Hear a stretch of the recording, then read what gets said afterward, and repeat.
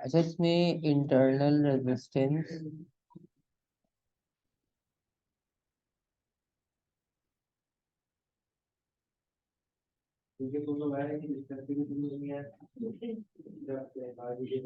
अच्छा, इसमें internal resistance का कॉन्सेप्ट ये होगा कि जब आप बैटरी कनेक्ट करोगे तो बैटरी कनेक्ट करने के साथ जो है वो कुछ उसकी इंटरनल रेजिस्टेंस भी होती है। ठीक है, मतलब आपके पास एक तो रेजिस्टर लगा होगा तो उसकी एक अपनी रेजिस्टेंस होगी, वो एक्सटर्नल हम उसे काउंट करते हैं। और इंटरनल रेजिस्टेंस ये होगी कि इंटरनल रेजिस्टेंस आप जब बैटरी कनेक्ट करोगे तो बैटरी कनेक्ट करने के साथ जो बैटरी की अपनी रेजिस्टेंस होगी वो इंटरनल होगी। और जो इनिशियली उसके साथ कंडक्टर पार्ट जितना भी कनेक्ट होगा तो वो आपके पास इंटरनल रेजिस्टेंस का कॉन्सेप्ट होगा। तो इसको आप सिंपल अगर डिफाइन करोगे तो वो इस तरह से डिफाइन करोगे: all power supplies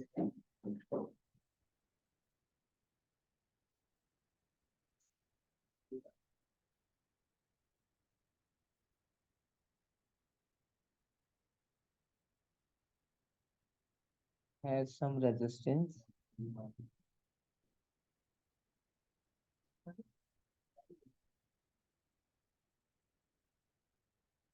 between their terminals।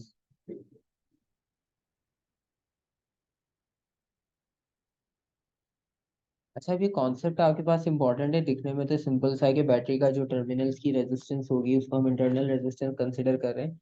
लेकिन जब आप इसे सॉल्व करने जाते हो, क्वेश्चन जब आएंगे इसके, तो वहां पर फिर ये थोड़ा सा कंफ्यूजिंग हो जाता है कि कैसे ऐड करें कैसे नहीं। तो उसके लिए फॉर्मूला भी है, फॉर्मूला में थोड़ी बहुत वेरिएशन होती रहती है, लेकिन उसमें कोई ऐसा खास इतना डिफरेंस आता नहीं है। और इस इंटरनल रेजिस्टेंस के रिजल्ट में आपको पता है यहाँ पर आपके पास एनर्जी लॉस होगी, तो लॉस ऑफ एनर्जी भी इन्वॉल्व होगा।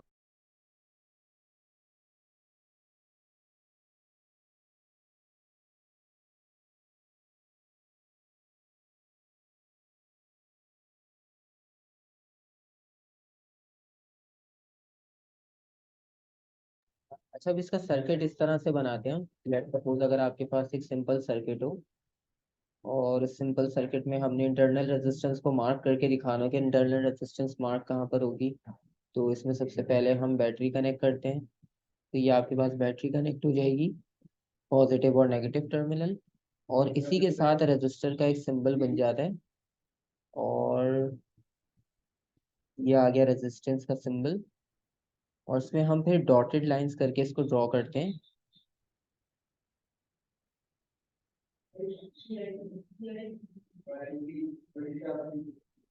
ये वाला जो पार्ट होगा टोटल, जब भी सर्किट में आपके पास इस तरह की डायग्राम बनी आएगी, मतलब बैटरी के साथ एक रेजिस्टर होगा और उस पर डॉटेड लाइंस बनी होंगी, तो ये पार्ट आपके पास जो है वो रिप्रेजेंट कर रहा होगा इंटरनल रेजिस्टेंस को। वो रेजिस्टर बनाने का रीजन ये है क्योंकि सिंबल तो हमें शो करना होगा, क्योंकि सिंबल से आइडेंटिफिकेशन होती है कि हम किस चीज़ को वहाँ पे मेंशन करना चाह रहे हैं।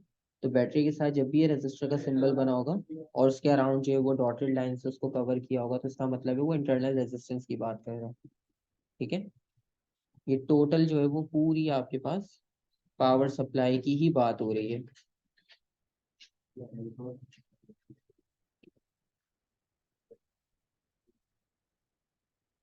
और बाकी जो है लोड वगैरह आपके पास सर्किट में कहीं भी कनेक्ट कर लो। लेट सपोज यहाँ पे एक रजिस्टर कनेक्ट कर लिया, इसके साथ हमने वोल्ट मीटर लगा दिया।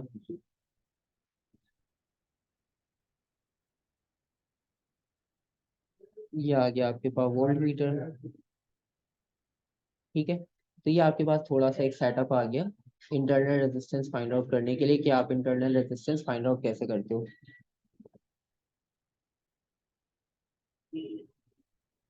और जब हम इसकी थोड़ी बहुत डिस्क्रिप्शन अगर आप देखो तो इसकी थोड़ी बेसिक डिस्क्रिप्शन इस तरह से हो जाएगी कि जब हम कोई लोड कनेक्ट कर रहे हैं इसमें, तो when a load resistor is connected,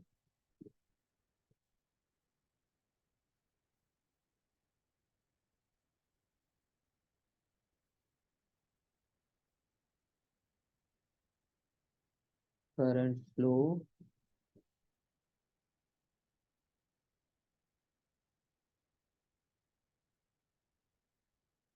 through the cell and a potential difference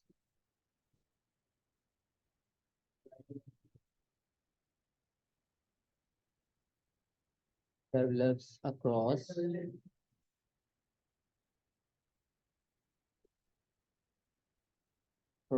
the internal resistance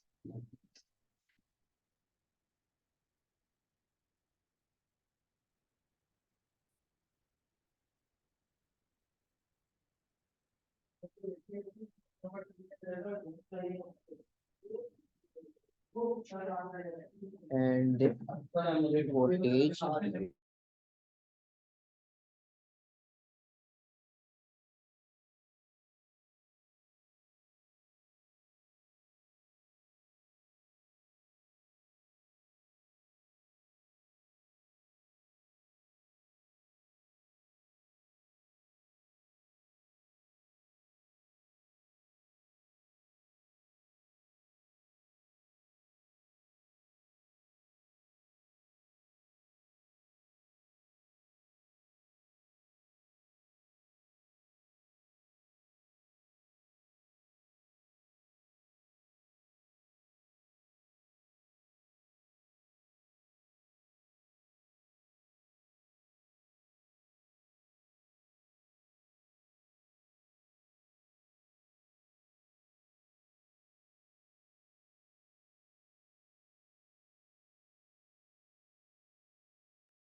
ये किस चीज के बारे में बात हो रही है?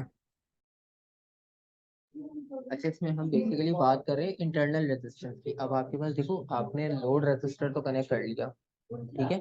और लोड रेजिस्टर का मतलब ये है कि जो हम नॉर्मल रेजिस्टर कनेक्ट करेंगे सर्किट में, हम उसकी बात कर रहे हैं, ठीक है।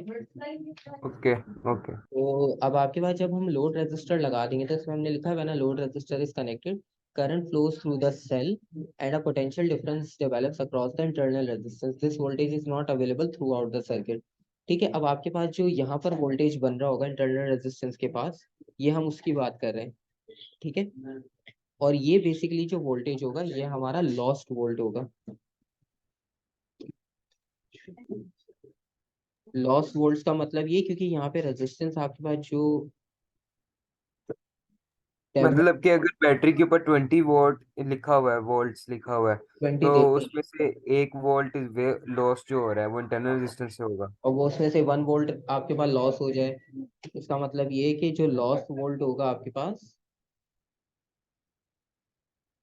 वो इक्वल होगा ईएमएफ, यानी जो टोटल आपके पास बैटरी का ईएमएफ है उसमें से आप माइनस कर दोगे जो हमें पॉजिटिव से लेकर नेगेटिव तक पोटेंशियल डिफरेंस मिल रहा था, यानी टर्मिनल का जो पोटेंशियल डिफरेंस होगा वो।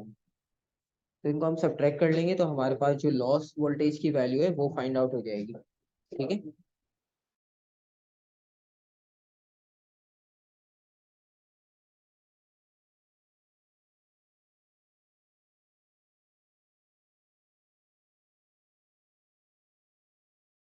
यहाँ तक कोई कंफ्यूजन? सही, यहाँ तक कॉन्सेप्ट तो हो गया आपके पास सिंपल। हमें पता चल गया कि जो वोल्टेज यहाँ पे लॉस हो रहा है, तो हमें कैसे फाइंड आउट करना है कि जितने वोल्ट की बैटरी थी उसमें से हमें फाइनल वोल्टेज जितना मिला वोल्ट मीटर के अंदर, उसको हम सब्ट्रैक्ट कर लेंगे। तो बाकी वोल्टेज की वैल्यू जो मिसिंग होगी, इसका मतलब है वो वोल्ट हमारे पास वहाँ पे लॉस हो गया है, ठीक है। और इसमें आपके पास ईएमएफ अगर फाइंड आउट करना हो तो ईएमएफ आपको पता है कि टर्मिनल वोल्ट को आप दूसरी तरफ ले जाओ तो वो एड अप हो जाएगा। तो वो एड अप होने के बाद जो फाइनल आपकी पास इक्वेशन होगी वो इस तरह से बनेगी कि EMF will be equal to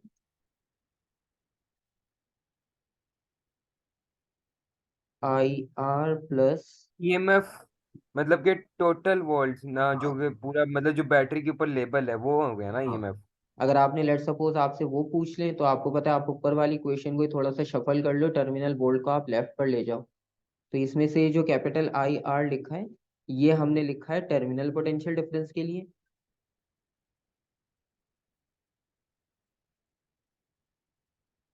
क्योंकि ओम्स लॉ इस पे भी लग रहा है, ओम्स लॉ इस पे भी लग रहा है। स्मॉल आर का मतलब ये कि ये हमारे पास इंटरनल रेजिस्टेंस वाला केस है। तो ये आपके पास इंटरनल रेजिस्टेंस की वजह से हमने यहाँ पर स्मॉल आर यूज की है।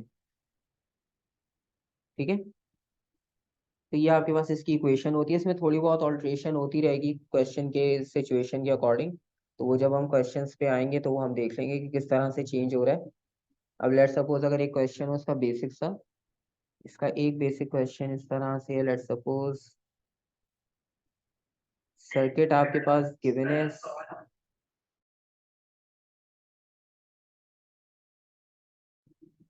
अच्छा, इसमें आपके पास पहला सर्किट गिवन है इस तरह से सिंपल, और इसमें से जो करंट फ्लो होगा, करंट फ्लो हो रहा है यहाँ पर आई की वैल्यू, और इसमें आपको इंटरनल रेजिस्टेंस भी शो कर देते कि कहाँ पर है। यहाँ पर हमारे पास इंटरनल रेजिस्टेंस गिवन है, और इस पार्ट को मैं शो कर देता हूँ डॉटेड लाइन से, ताकि आपको इंटरनल रेजिस्टेंस का कॉन्सेप्ट भी पता चल जाए कि कहाँ पर है। ठीक है, और जो इसमें ईएमएफ की वैल्यू दी है, वो ईएमएफ की वैल्यू यहाँ पर गिवन है 7.3 वोल्ट, और ये स्मॉल आर हो गया, और कैपिटल आर नीचे कनेक्टेड है यहाँ पर, और कैपिटल आर की वैल्यू आपके पास है 9.5 ओम। ठीक है, और आपने फाइंड आउट क्या करना है, first part,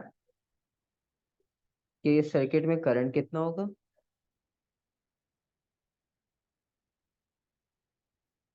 the current in the circuit, और सेकंड पार्ट में आपने ये फाइंड आउट करना होगा कि कितना आपके पास वोल्टेज यहाँ पर लॉस हुआ।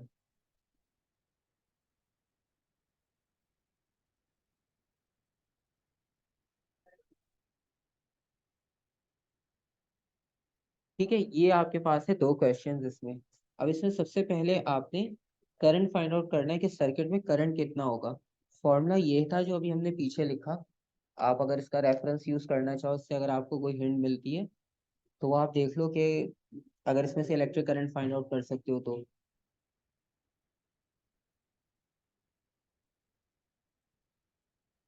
और सर्किट आपके पास ये था।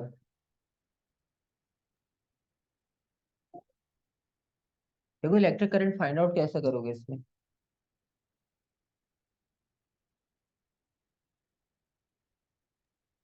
नहीं समझ आई। अच्छा देखो, आपके पास इसमें अपने इसको ना इंटरनल रेजिस्टेंस के केस से आप लिंक करो। ये आपके पास हो गई इंटरनल रेजिस्टेंस, ठीक है, यहाँ पर आपको मिल रही है इंटरनल रेजिस्टेंस स्मॉल आर। और ये वाली रेजिस्टेंस कौन सी होगी, जो मतलब आपके पास कंप्लीट करंट इससे फ्लो कर फिर फाइनल पॉजिटिव नेगेटिव पर जाएगा, तो ये वाली रेजिस्टेंस हो गई लोड रेजिस्टेंस।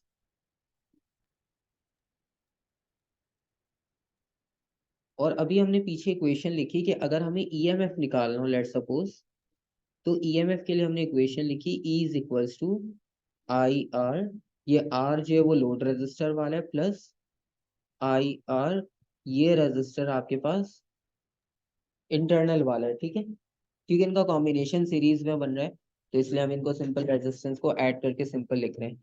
और क्योंकि सीरीज कॉम्बिनेशन है तो दोनों पे इलेक्ट्रिक करंट की वैल्यू सेम होगी, तो आपको हिंट यही सब मिल जाएगी इसकी सॉल्यूशन की।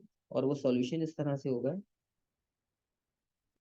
कि आप इसी इक्वेशन का यूज करो, E is equals to I R plus I small R, इसमें से आई को कॉमन लो, और ब्रैकेट में होगा आर प्लस आर, और यहाँ पर होगा E।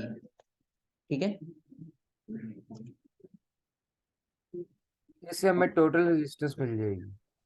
इसकी वैल्यू जो है वो आपके पास 0.3 ओम्स है। ठीक है, तो 0.3 ओम्स आपके पास स्मॉल अच्छा आर की ओके। वैल्यू है। हाँ, वो मैं मेंशन करना वहाँ भूल गया था। तो अब आपको आइडिया होगी कि इलेक्ट्रिक करंट हम इससे फाइंड आउट कर सकते हैं। आपने सिंपल आई को यहाँ पर लिखना होगा, I is equals to E over R plus R. इसमें सारी वैल्यू सब्स्टिट्यूट करोगे, इलेक्ट्रिक करंट आ जाएगा। वैल्यूज आपके पास हैं कैपिटल ई यानी ईएमएफ 7.3, 9.5 प्लस 0.3।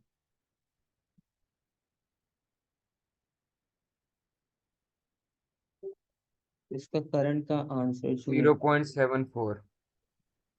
ठीक है, ये आ गया 0.74। अच्छा, दूसरे पार्ट में बोला उन्होंने लॉस्ट वोल्ट फाइंड करना है, तो लॉस्ट वोल्ट कैसे फाइंड आउट करोगे?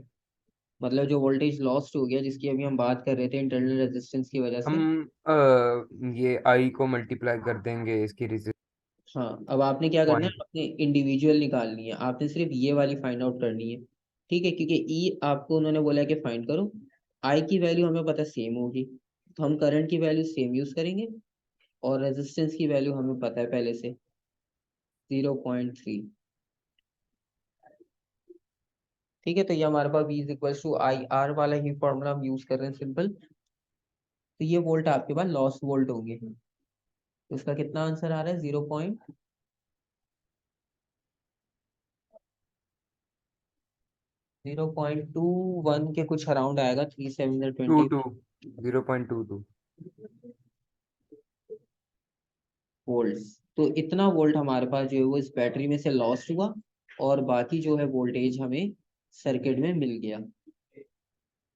तो ये इंटरनल एनर्जी का बेसिक थोड़ा सा कॉन्सेप्ट था। बाकी फिर जब हम इसके क्वेश्चंस पर जाएंगे तो फिर हमें आइडिया होगा कि हम इसको किस तरह से और सॉल्व कर सकते हैं। ठीक है।